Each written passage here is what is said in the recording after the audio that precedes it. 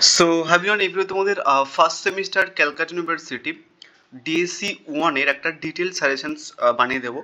তার কারণ আগের দিন আমাকে ক্লাসে অনেকে বলছিল দাদা আমি 80% টার্গেট করতে চাই, কীভাবে অ্যাকচুয়ালি পড়লে ভালো হয়, দেন সেটা বলো আমাকে। সো এটা কাইন্ডটা বলতে পারো যে টপারদের জন্য সাজেশনস অ্যান্ড নিউ সিলেবাসের ওপরে। তোমাদের তো একটা নিউ সিলেবাস এর আগের বারেই হয়েছে, তো এই সিলেবাসের ওপরে অ্যাকচুয়ালি আমার থেকেই আই থিঙ্ক 82 মুভি পেয়েছে হাইয়েস্ট ক্যালকাটা ইউনিভার্সিটির আন্ডারে। গোটা ইউটিউব থেকে জানি না অফলাইনে কত কি হাইয়েস্ট উঠেছিল আগের বারে, জানি না 2024-এর হাইয়েস্ট এটা আমার থেকে পেয়েছে।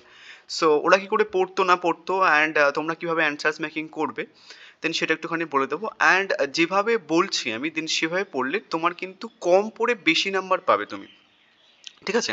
সো আজকে আমি তোমাদের সেকশন ওয়ানটা একটুখানি দেখিয়ে দেবো যে কীভাবে অ্যাকচুয়ালি পড়লে তোমার একদম কষ্ট কমে যাবে এবং কম পড়ে ভালো নাম্বার পাবে। অ্যান্ড অন্যদের জন্য আমি তোমাদের তো বলেছি যে প্রথম তিনটে মতো কোশ্চেন্স করে না, ওখান থেকে একটা 15 মার্কসের কোশ্চেন্স কমন পেয়ে যাবে এবং ওখান থেকেই মানে প্রথম তিনটে চারটে করে নিলে ওখান থেকেই 15 মার্কসের কোশ্চেন্স কমন পেয়ে যাবে এবং ওখান থেকে হচ্ছে কি যে 5 মার্কসের কোশ্চেন্সগুলো কমন পেয়ে যাবে এবং তোমরা যদি দেখতে চাও তাহলে দেখতে পারো। সো একদম সর্বপ্রথম অনেকে তোমার ভিডিও দেখে না, একটুখানি সিলেবাসটা ডিসকাস করে দিই। তোমাদের দুটো সেকশন, এটা একটা সেকশন, এটাকে সেকশন ওয়ান বলছি আমি, মানে ওয়ান বলা হয়েছে সিলেবাসের মধ্যে।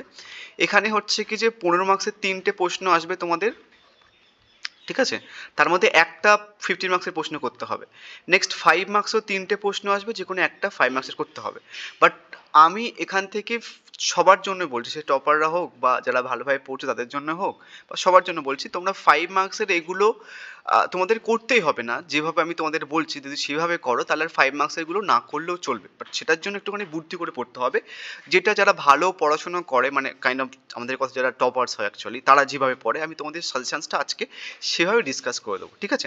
সো আমি এর আগে অনেকবারই তোমাদের বলেছি যে কীভাবে কী পড়বে না পড়বে, এর আগের বছরের 2024-এর প্রশ্নগুলোর সঙ্গে কীভাবে ডিল করবে না করবে, দেন সেগুলো আমি আজকে লিখে দিয়েছি, ঠিক আছে। তো চলো কোশ্চেন্সগুলো দেখে নাও। এগুলো আমি তোমাদের বলে দিচ্ছি, এটা সেকশন টু, যারা একটুখানি জানো তারা উপর বলে দিই। তোমাদের পোয়েট্রি থেকে 5 মার্কসের 5টা প্রশ্ন আসবে, যে কোনো 3টে করতে হবে এবং 5 মার্কসের 15 মার্কসের 5টা প্রশ্ন আসবে, যে কোনো 3টে করতে হবে এবং 5 মার্কসের 5টা হবে, যে কোনো 2টো করতে হবে। সো আমি সবার জন্য বলে দিয়েছি যে 15 মার্কসের জন্য একটা একটা করে নাও, 5টা থেকে 5টাই করে নাও এবং হচ্ছে কি যে মানে ধরো তুমি 5টা প্রশ্ন করে নিলে তুমি, ঠিক আছে। এটা ক্রিটিক্যাল অ্যাপ্রিসিয়েশন, এটা ক্রিটিক্যাল অ্যাপ্রিসিয়েশন, এটা ক্রিটিক্যাল অ্যাপ্রিসিয়েশন, এটা ক্রিটিক্যাল অ্যাপ্রিসিয়েশন, এটা করে নিলে। করে নেওয়ার পরে তুমি হচ্ছে কি প্রথম 3টে থেকে 15 মার্কস অ্যাটেন্ড করবে, নেক্সট 2 থেকে হচ্ছে কি যে 5 মার্কস অ্যাটেন্ড করবে, তাহলে তোমার 5 মার্কসের প্রশ্ন পড়তে হচ্ছে না, বুঝে গেছে, কোনো সমস্যা হবে না। চলো এবার টপারদের সাজেশনটা একটুখানি বলে দিই, যারা ভাবছিল যে 80% কীভাবে পাবো না পাবো, ঠিক আছে। চলো, সো প্রথমে আমি তোমাদের একটা প্রশ্ন রেখেছিলাম, ঠিক আছে। এবার সমস্ত কিছু অ্যানসার্স মেকিংয়ের উপর ডিপেন্ড করবে কিন্তু, ঠিক আছে। সো যেভাবে তুমি অ্যানসার্স বানাবে, তাহলে তোমার যদি যেভাবে আমি তোমাদের বলছি সেভাবে যদি অ্যানসার্স বানাও তুমি, তাহলে তোমাদের কষ্ট অনেকটাই কমে যাবে এবং তুমি 80% নাম্বার পেয়ে যাবে চোখ বন্ধ করে, ঠিক আছে। হয়তো কমও পড়তে হতে পারে, বাস সমস্ত কিছু ডিপেন্ড করছে অ্যানসার্স মেকিংয়ের উপরে। যারা নোটস নিয়েছে যদি দেখো যে এরকমভাবে যেরকমভাবে আমি তোমাদের বলছি যে সেরকমভাবে না থাকে, আমাকে টেক্সট করে জানাতে পারো, আমি তোমাদের সেরকমভাবেই বানিয়ে দেবো, বুঝে গেছে। প্রথমে কি প্রশ্ন বলেছিলাম দেখো, evaluate the significance of any two major Victorian poets. এই প্রশ্নটা অ্যাকচুয়ালি তোমাদের এইবারে 2025-এ যারা ফার্স্ট সেমিস্টার ইংলিশ অনার্স দেবে তাদের জন্য তোমাদের জাস্ট ফর্ম ফিল আপ শেষ হয়েছিল, আমি ভিডিও পোস্ট করেছিলাম, এটা আমি একদম পুরো সর্বপ্রথম থেকে দেখে আসছি, ঠিক আছে। অ্যান্ড ইউনি সিলেবাসের উপরে আমি সর্বপ্রথম সাজেশন পোস্ট করি এবং শুধু আমি স্টুডেন্টদের জন্য পোস্ট করি না, অনেকে দেখলাম এবারে সাজেশনও চেঞ্জ করে নিচ্ছে আমার সাজেশন পোস্ট করার সঙ্গে সঙ্গে। খুবই ভালো লাগে অ্যাকচুয়ালি, টিচাররাও সাজেশন চেঞ্জ করে আমার সাজেশন দেখে। সো এই প্রশ্নটা এবার দেখো কি বলা হয়েছে, evaluate the significance of any two major Victorian poets, ঠিক আছে। আর একটা অর হিসেবে দিয়েছি একই প্রশ্ন বলতে গেলে, assess the contributions of the two major Victorian poets বা assess the importance of the two Victorian poets. এইবার মানে দুজন ভিক্টোরিয়ান পোয়েটসদের পয়েন্ট অফ ভিউ তোমাকে লিখতে বলা হয়েছে, যাদের কন্ট্রিবিউশনস আছে, মানে ভিক্টোরিয়ান পোয়েটসদের যে কন্ট্রিবিউশনস, মেজর ভিক্টোরিয়ান পোয়েটসদের কন্ট্রিবিউশন, তাদের গুরুত্ব লিখতে বলা হয়েছে বা কিছু। এইবার তুমি দুজনকে নিয়ে না লিখে তিনজনকে লিখবে ফর দ্য সেফ সাইড, ওকে। তিনজন আবার কাদের কাদের লাগবে, যাদের লেখাগুলো মানে হচ্ছে কি 5 মার্কসের কেমন ধরনের প্রশ্ন আছে শোনো। মানে যে অথরগুলো অ্যাকচুয়ালি 15 মার্কসের জন্য ইম্পর্টেন্ট, তাদের যে ফেমাস ওয়ার্কসগুলো মানে ফেমাস যে পোয়েট্রিগুলো সেগুলো 5 মার্কসের জন্য দেয়। সো তুমি এই যে দুজন মেজর ভিক্টোরিয়ান পোয়েটসদের নিয়ে লিখতে হবে তোমাকে 15 মার্কসের প্রশ্নটা। সো তুমি এমনভাবে তোমার অ্যান্সারসটা তৈরি করবে যাদের লেখাগুলো 5 মার্কসের জন্য ইম্পর্টেন্ট, দেন তাদেরকে নিয়েই অ্যান্সার তৈরি করবে। যেমন আমি Alfred Lord Tennyson, Robert Browning এবং হচ্ছে কি যে ম্যাথিউ আর্নল্ডকে নিয়ে হচ্ছে কি যে লিখবো এই অ্যান্সারটা। কেন লিখবো? কেন অ্যালফ্রেড লর্ড টেনিসনের ইউলিসিস এবং ইন মেমোরিয়াম 5 মার্কসের জন্য ইম্পর্টেন্ট। তো আমি যদি এই যে দুজন ভিক্টোরিয়ান মেজর ভিক্টোরিয়ান পোয়েটদেরকে লিখতে বলা হয়েছে, তো যদি আমি অ্যালফ্রেড লর্ড টেনিসনকে নিয়ে লিখি, তাহলে এই যে দুটো 5 মার্কসের জন্য ইম্পর্টেন্ট প্রশ্ন আমার ওটার মধ্যেই চলে আসবে, তাহলে আমার সেপারেটলি 5 মার্কসের জন্য করতে হচ্ছে না। সেম আমি রবার্ট ব্রাউনিংকে নিয়ে লিখবো, দুজনকে নিয়ে মেন লিখতে বলা হয়েছে, আমি Alfred Lord Tennyson, Robert Browning এবং হচ্ছে কি যে ম্যাথিউ আর্নল্ডকে নিয়ে লিখছি। তার কারণ এদের যে ফেমাস রাইটিংসগুলো বা ফেমাস পোয়েমগুলো 5 মার্কসের জন্য ইম্পর্টেন্ট। তো যদি আমি এদেরকে নিয়ে 15 মার্কসের প্রশ্নটা মুখস্থ করে নিই, তাহলে আমার 5 মার্কসের জন্য সেপারেট অ্যাড করতে হচ্ছে না। তাহলে অ্যালফ্রেড লর্ড টেনিসনকে নিয়ে করছি আমি, রবার্ট ব্রাউনিংকে নিয়ে করছি, তার কারণ রবার্ট ব্রাউনিংয়ের মাই লাস্ট জাস্ট ইম্পর্টেন্ট এবং হচ্ছে কি তোমার 4-5 ইয়ার্স লাভার্স ব্যাপারটা হচ্ছে কিছু ইম্পর্টেন্ট, মানে পোয়েট্রিটা ইম্পর্টেন্ট। সো রবার্ট ব্রাউনিংয়ের এই দুটো 5 মার্কসের জন্য এবং হচ্ছে কি যে ইউলিসিসের এই অ্যালফ্রেড লর্ড টেনিসনের এই দুটো 5 মার্কস এবং ম্যাথিউ আর্নল্ডের এটা 5 মার্কস। সো তুমি যদি এই তিনজনকে নিয়ে তোমার এই অ্যান্সারটা না বানাও, তাহলে একটা, দুটো, তিনটে, চারটে, পাঁচটা 5 মার্কসের প্রশ্ন সেপারেটলি মুখস্থ করতে হতো। বোঝা গেছে? সো দেখলে যে কতভাবে বুদ্ধি করে পড়া যায়। যদি বুদ্ধি করে পড়তে, তাহলে হচ্ছে কি যে তোমাদের মানে টোটাল 6টা প্রশ্ন করতে হবে। এটা তো করতেই হতো তোমাদের, মানে যেহেতু ইম্পর্টেন্ট করতে হতো, একটা 15 মার্কসের প্রশ্ন এবং 5টা 5 মার্কসের প্রশ্ন তোমাকে করতে হতো যদি বুদ্ধি করে না পড়তে। ঠিক আছে? তাহলে তোমাদের কমিয়ে দিলাম, একটা করলেই টোটাল 6টা প্রশ্ন তোমার কভার হয়ে যাবে, 5টা 5 মার্কস এবং একটা 15 মার্কস কমপ্লিট। নেক্সট দেখো, নেক্সট প্রশ্ন আমি রেখেছিলাম, এটাও সর্বপ্রথম থেকে রাখছি, সেটা হচ্ছে কি তোমার discuss the pre Raphaelite movement in the poetry with a particular reference to the works of any two poets. ঠিক আছে? এবার এখানেও হচ্ছে কি যে আমি দুজনকে নিয়ে লিখতে বলা হচ্ছে প্রি রাফালাইট মুভমেন্টের পয়েন্ট অফ ভিউটা। ঠিক আছে? তো আমি কাকে কাকে নিয়ে লিখবো সেটার উপর ডিপেন্ড করছে আমার 5 মার্কসের প্রশ্ন কতটা মুখস্থ করতে হবে না হবে, কম করতে হবে কি বেশি করতে হবে। দেখো আমি দুজন প্রি রাফালাইট মুভমেন্টের পোয়েটদেরকে নিয়ে লিখবো, কাকে কাকে নিয়ে লিখছি দেখো। একটা হচ্ছে কি খ্রিস্টিনা জর্জিয়া রোসেটিকে নিয়ে লিখবো, একটা হচ্ছে কি তোমার দান্তে গ্যাব্রিয়েল রোসেটিকে নিয়ে লিখবো। একটা মজার ব্যাপার বলে দিই, এই খ্রিস্টিনা জর্জিয়া রোসেটি এ হচ্ছে কি যে প্রি রাফালাইট মানে ব্রাদারহুডের একটা পার্মানেন্ট মেম্বার ছিলেন না। প্রতিষ্ঠাতা হচ্ছে কি যে দান্তে গ্যাব্রিয়েল রোসেটি এবং দান্তে গ্যাব্রিয়েল রোসেটির বোন হচ্ছে কি তোমার ক্রিস্টিনা জর্জিয়া রোসেটি। ঠিক আছে? মানে ইনি পার্মানেন্ট মেম্বার ছিলেন না। যাই হোক, একটা মজার একটা ব্যাপার। তো যাই হোক, সো আমি হচ্ছে কি যে এই দুজনকে নিয়ে লিখতে বলা হয়েছে, আমি বেসিক্যালি তিনজনকে লিখবো, যাতে আমার হচ্ছে কি যে 5 মার্কসের প্রশ্নটা এক্সট্রা না করতে হয়। সো আমি ক্রিস্টিনা জর্জিয়া রোসেটিকে নিয়ে লিখবো। তার একটা বেসিক কারণ, ক্রিস্টিনা জর্জিয়া রোসেটির যে famous poetry goblin market, the hour and the ghost and the black midwinter, এগুলো হচ্ছে কি 5 মার্কসের জন্য ইম্পর্টেন্ট। তো আমি এটাকে নিয়ে লিখবো এবং আর হচ্ছে কি দান্তে গ্যাব্রিয়েলকে নিয়ে লিখবো, তার কারণ এগুলো হচ্ছে কি 5 মার্কসের জন্য ইম্পর্টেন্ট, এবং হচ্ছে উইলিয়াম মরিসকে নিয়ে লিখবো। ঠিক আছে? তিনজনকে লিখবো, তাহলে হচ্ছে কি আমার এই যে 5 মার্কসের প্রশ্নটা এক্সট্রা ভাবে করতে হচ্ছে না। বোঝা গেছে? তাহলে অ্যান্সার্স মেকিংয়ের উপর সমস্ত কিছু ডিপেন্ড করতে হবে হয়, মানে দেখলে তুমি যে যেভাবে যদি অ্যান্সার্স বুদ্ধি করে বানানো হয়, তাহলে 5 মার্কসের প্রশ্ন না করলেও চলে। ঠিক আছে? আর একটা জিনিস তোমাদের বলি, প্যারাডাইস লস্ট তোমরা শুনেছো, ওটা ইম্পর্টেন্ট, মানে পরীক্ষাতে এসছে। বাট এই যে আর্থলি প্যারাডাইস, এটা কিন্তু নর্মালি পরীক্ষাতে কেউ দেয়নি। তো প্যারাডাইস লস্টের বদলে আর্থলি প্যারাডাইস দিলে কিন্তু উইলিয়াম মরিস লিখেছিল এটা। বোঝা গেছে? ভালো করে দেখে রাখবে, গুলিয়ে না ফেলো তোমরা। নেক্সট আর একটা প্রশ্ন রেখেছিলাম, এখানে একটা বোঝার ব্যাপার আছে।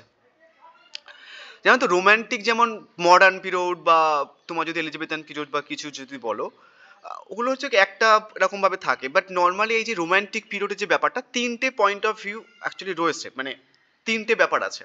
একটা একটা রোম্যান্টিক রিভাইভাল, একটা হচ্ছে কি যে তোমার পুরো অ্যাকচুয়ালি ওভারঅল রোম্যান্টিক পিরিয়ড, আর একটা হচ্ছে কি যে প্রিকর্সার্স অফ রোম্যান্টিক পোয়েট্রি।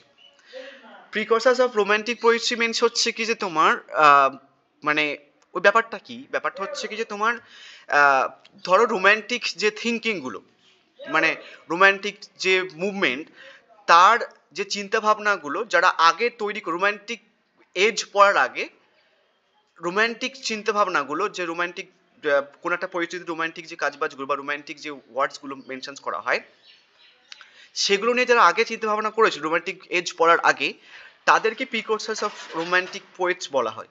ঠিক আছে? সো তিনটে ওয়ার্ডস আছে, তিনটে ওয়ার্ডসের মধ্যে গোলাবে না। রোম্যান্টিক রিভাইভাল এর টাইম পিরিয়ড হচ্ছে কি 18th সেঞ্চুরি থেকে 19th সেঞ্চুরি। তো যদি রোমান্টিক রিভাইভাল আসে তাহলে তোমাকে এদেরকে নিয়ে লিখতে হবে, তাহলে লিখলে ভালো হয়। তার কারণ উইলিয়াম ওয়ার্ডসওয়ার্থ ডিরেক্টলি 5 মার্কসের জন্য পড়েছিল, বাট এর ওয়ার্ডসগুলো কিন্তু এবার ইম্পর্টেন্ট। তো রোমান্টিক রিভাইভালকে ডিসকাস করার সময় যদি তুমি ওয়ার্ডসওয়ার্থকে নিয়ে ডিসকাস করো তাহলে তোমার 5 মার্কসের অনেকগুলো প্রশ্ন না করলেও চলছে। যেমন লিরিক্যাল ব্যালেডস ইম্পর্টেন্ট ওয়ার্ডসওয়ার্থের, এটা 5 মার্কসের জন্য করতে হতো তোমার। যদি এখানটায় 15 মার্কসের জন্য ওয়ার্ডসওয়ার্থকে নিয়ে লেখো তাহলে 5 মার্কসের সেপারেটলি করতে হচ্ছে না। টিনটিন হবে ইম্পর্টেন্ট, লন্ডন ইম্পর্টেন্ট, প্রিলুডস হচ্ছে কিছু ইম্পর্টেন্ট, ঠিক আছে। তো এগুলো হচ্ছে কি 5 মার্কসের ইম্পর্টেন্ট। অ্যান্ড তারপরে স্যামুয়েল টেইলর কোলরিজকে নিয়ে লিখবে তুমি এটাকে ডিসকাস করার সময়, তার কারণ কুবলা খান হচ্ছে কিছু ইম্পর্টেন্ট 5 মার্কসের জন্য। তার পিবি শ্যালিকে নিয়ে লিখবে, তার কারণ to skylark ode to the west wind, Prometheus unbound এবং দ্য ক্লাউড, এগুলো 5 মার্কসের ইম্পর্টেন্ট। সো মোটামুটি তুমি এখানটায় বিশেষ করে মানে এই অ্যান্সার ডিসকাস করার সময় the romantic revival in the poetry is often characterised as a return, এই অ্যান্সারটাকে ডিসকাস করার সময় তুমি Wordsworth, Samuel Taylor Coleridge, PB Shelley এবং জন কিটস এই কজনকে নিয়ে লিখবে। তার কারণ দেখো এদের লেখাগুলো, এদের পোয়েট্রিগুলো কিন্তু হচ্ছে কি 5 মার্কসের জন্য ইম্পর্টেন্ট। লিরিক্যাল ব্যালেডস, টিনটিন হবে লন্ডন, তারপর হচ্ছে Kubla Khan, to skylark ode to the west wind, Prometheus unbound, the cloud, ode to the nightingale, to autumn, এগুলো কিন্তু 5 মার্কসের জন্য ইম্পর্টেন্ট। তো তুমি এদেরকে নিয়ে লিখলে মোটামুটি তোমাকে আর 5 মার্কসের জন্য করতে হচ্ছে না। এবার একটা জিনিস তোমাদের বলি, এখানটায় রোমান্টিক রিভাইভালের এখানে আমি তোমাদের আর একটা প্রশ্ন রেখেছিলাম, সেটা হচ্ছে কি প্রি রোম্যান্টিক পোয়েট্রি। দেখো রোমান্টিক রিভাইভালের যে টাইম পিরিয়ড সেটা হচ্ছে কি লেট 18th সেঞ্চুরি থেকে early 19th century, but pre romantic poetry যে টাইম পিরিয়ড সেটা হচ্ছে কি 17th century, pre 17th century, 1780s, ঠিক আছে এটা। সো এই কোশ্চেন্স কিন্তু কম্বাইন করে লেখা, ইটস নট দ্যাট আমি তোমাদেরকে একটা প্রশ্ন দিয়ে এই দুটো টাইম পিরিয়ডকে কম্বাইন করে দিচ্ছি, ওটা কিন্তু নয়, কম্বাইনে অ্যান্সার্স করা রয়েছে, সেটার জন্য আমি একটার মধ্যে এটাকে কম্বাইন করে রেখে দিয়েছিলাম। বাট তুমি যদি আলাদাভাবে পড়ে নিতে পারো প্রি রোম্যান্টিক পোয়েট্রির ব্যাপারটা, তাহলে তুমি প্রি রোম্যান্টিক পোয়েট্রিটা তোমাকে এই কজনকে মেনশন করতে হবে, James Thomson, William Blake, Thomas Gray. তার কারণ জেমস থমসনের দ্য সিজন ইম্পর্টেন্ট, উইলিয়াম ব্লেকের the songs of innocence and experience important, তার মধ্যে the songs of innocence and এক্সপিরিয়েন্সের মধ্যে তার টাইগার অ্যান্ড দ্য ল্যাম্ব, এটা হচ্ছে কিছু ইম্পর্টেন্ট। এগুলো 5 মার্কসের ইম্পর্টেন্ট। অ্যান্ড এটা তো সব থেকে একদম পুরো দারুণ important, legend literary country churchyard or on the spring, এগুলো কিন্তু ইম্পর্টেন্ট 5 মার্কসের জন্য। তাহলে প্রি রোম্যান্টিক পোয়েট্রির মধ্যে এরা পড়ছে, Thomson, William Blake, Thomas grey. তো তুমি যদি 15 মার্কসের প্রশ্নটা বুদ্ধিভাবে করে পড়ে নাও তাহলে তোমাকে 5 মার্কসের জন্য অনেকগুলো প্রশ্ন আমি তোমাকে দেখাচ্ছিও যে কতটা 5 মার্কসের প্রশ্ন তোমার কাভার হয়ে যাবে যদি 15 মার্কসের প্রশ্ন বুদ্ধি করে পড়ে নাও। নেক্সট একটা 4 নম্বর প্রশ্ন রেখেছিলাম, 4টে প্রশ্ন রেখেছিলাম মেনলি। কি বলেছি যে discuss the significance of romantic and modern poets. এখানটা বেসিক্যালি আমি মডার্ন পোয়েটসদেরকে বা মডার্ন টাইম এজকে এক্সপ্লেন করার জন্য বা পড়ার জন্য তোমাদেরকে দিয়েছিলাম, সাথে রোম্যান্টিক এজটাও দিয়েছি। তো 3 থেকে 4টে মানে তোমার ওয়ার্ড দেখতে পারবে রোম্যান্টিক টাইম পিরিয়ডের, একটা হচ্ছে কি প্রপার রোম্যান্টিক, একটা প্রি রোম্যান্টিক, একটা রোম্যান্টিক রিভাইভাল, একটা প্রিকোর্সাস, ঠিক আছে। তো এই অ্যান্সারটাকে ডিসকাস করার সময় কাকে রাখবে, দেখো টিএস ইলিয়টকে রাখবে, ডব্লিউবিএসকে রাখবে, ল্যাংস্টনকে রাখবে। তার কারণ টিএস ইলিয়টের the waste land important, the love song of J Alfred Prufrock important, WBS এর দ্য সেকেন্ড কামিং ইম্পর্টেন্ট, ল্যাংস্টনের হচ্ছে কি the negro speaks of river important. এবং তোমরা হচ্ছে কি যে সেকেন্ড সেমিস্টারে বা থার্ড সেমিস্টার হারলেম পড়বে এর, ঠিক আছে। অ্যান্ড সিলভিয়া প্ল্যাথের হচ্ছে কি যে ড্যাডি আছে, বাট যেহেতু ওটার সিলেবাসের মধ্যে রয়েছে আমি আর দিচ্ছি না, ড্যাডি এবং হচ্ছে কি এটা হচ্ছে কিছু হারলেম, পারলে দেখে নিও। এটা হচ্ছে কি সিলভিয়া প্ল্যাথের হচ্ছে কি ড্যাডি, এটা এর ফেমাস ওয়ার্কস বলতে পারো। তো ওদেরকে এটা লিখবে, তাহলে তোমাকে আর 5 মার্কসের জন্য এক্সট্রা করতে এগুলো, আদারওয়াইজ তোমাকে কিন্তু দ্য ওয়েস্টল্যান্ড 5 মার্কসের জন্য করতে হবে, the love song of J Alfred প্রুফক 5 মার্কসের জন্য করতে হবে, দ্য সেকেন্ড কামিং 5 মার্কসের জন্য করতে হবে। অনেক গাধা আছে যারা অ্যাকচুয়ালি তোমাদেরকে এগুলো 15 মার্কসের জন্য পড়াচ্ছে, আবার এই প্রশ্নগুলো আবার 5 মার্কসের জন্য দিয়েছে। তো ওরকম করার দরকার নেই, অ্যান্সারটা এমনভাবে বানাবে যাতে 15 মার্কসের প্রশ্নগুলো পড়লে 5 মার্কসের প্রশ্নগুলো না করলেও চলে, এমনভাবে পড়বে।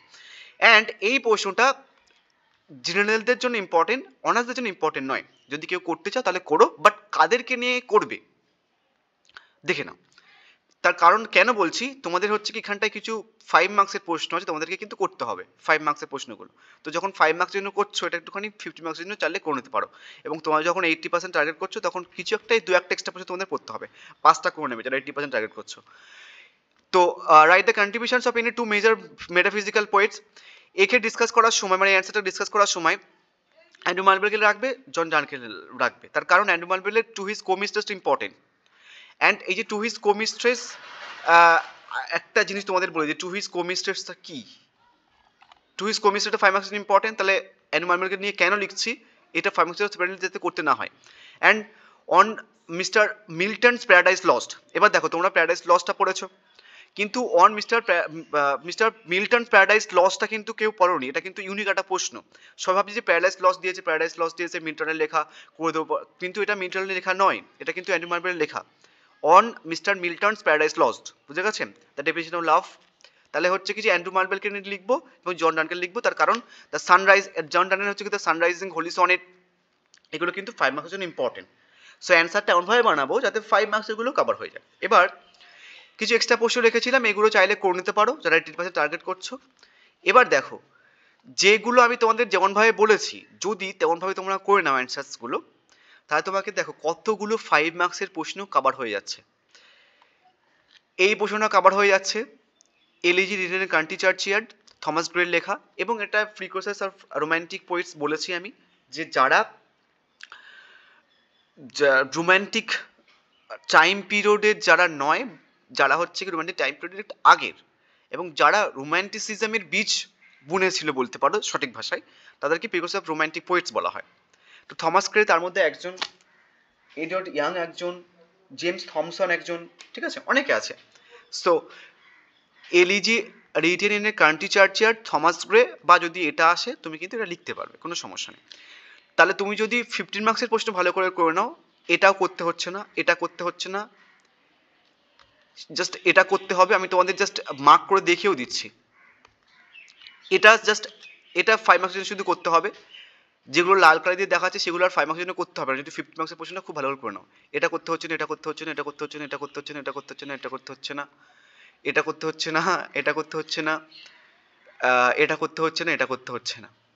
তাহলে দেখো 15 মার্কসের প্রশ্ন যদি বুদ্ধি করে নাও, তাহলে 1টা 2টো 3টে 4টে 5টা 6টা 7টা 8টা 9টা 10টা 11টা 12টা 12টা প্রশ্ন, 12টা 5 মার্কসের প্রশ্ন তোমাকে আর সেপারেটলি করতে হচ্ছে না। যারা পড়বে না বুদ্ধি করে, যারা অ্যাকচুয়ালি নর্মালি এই ভিডিওটা দেখোনি বা দেখেনি, তাদেরকে এতগুলো 15টা প্রশ্ন এক্সট্রা পড়তে হবে। তুমি জাস্ট 5 মার্কসের জন্য কোনটা কোনটা করবে একটুখানি দেখে নাও। তুমি যদি ওরকমভাবে অ্যান্সার বানিয়ে নাও, তার জন্য তারপরে বলেছি এটা করে 5 মার্কসের জন্য মক হিরোইক পোয়েট্রি মানে rape of the lock sorry. Next হচ্ছে কি তোমার এই প্রশ্নটা স্প্রিং অফেন্সিভ অ্যান্থ্রোপড ডোম টিউট, অ্যালফ্রেড ওয়েনের লেখা। নেক্সট হচ্ছে কি যে তোমার ফেয়ারি কুইনটা করবে, এবং হচ্ছে কি যে অ্যাবসালাম অ্যান্ড অ্যাকিথোফেল জন ড্রাইনারের লেখা, এটা করবে। তাহলে 1টা 2টো 3টে এই 4টে, জাস্ট 4টে করতে হচ্ছে তোমাকে 5 মার্কসের জন্য সেপারেটলি, ঠিক আছে, যদি বুদ্ধি করে পড়ো। তাহলে 15 মার্কসের জন্য 5টা এবং 5 মার্কসের জন্য 4টে, তাহলে 9টা প্রশ্ন পড়তে হচ্ছে যারা 80% টার্গেট করতে চাচ্ছ। অ্যান্ড বুদ্ধি করে, মানে প্রিপেয়ার্ড প্ল্যানে, ঠিক আছে, এরকমভাবে পড়লে খুব ভালো তুমি মার্কস পাবে। অ্যান্ড একদম পুরো ইন্টেলিজেন্ট তারিকাছে তুমি পড়েছো, কোনো রকম গিল্টি ফিল করার কোনো কারণ নেই। এর মধ্যে থেকে তুমি 5 মার্কসের সব কটা প্রশ্ন, 15 মার্কসের 3টে প্রশ্ন 3টে তুমি কমন পেয়ে যাবে, লিখে দিতে পারি আমি তোমাকে, বুঝে গেছে? সো আই থিঙ্ক ভিডিওটা ভালো লেগেছে, ভিডিও লাইক করে দিও, অ্যান্ড নেক্সট পার্টে আমি তোমাদের পোয়েট্রি সেকশনটাও এমনভাবে বুঝিয়ে দেবো। So thank you.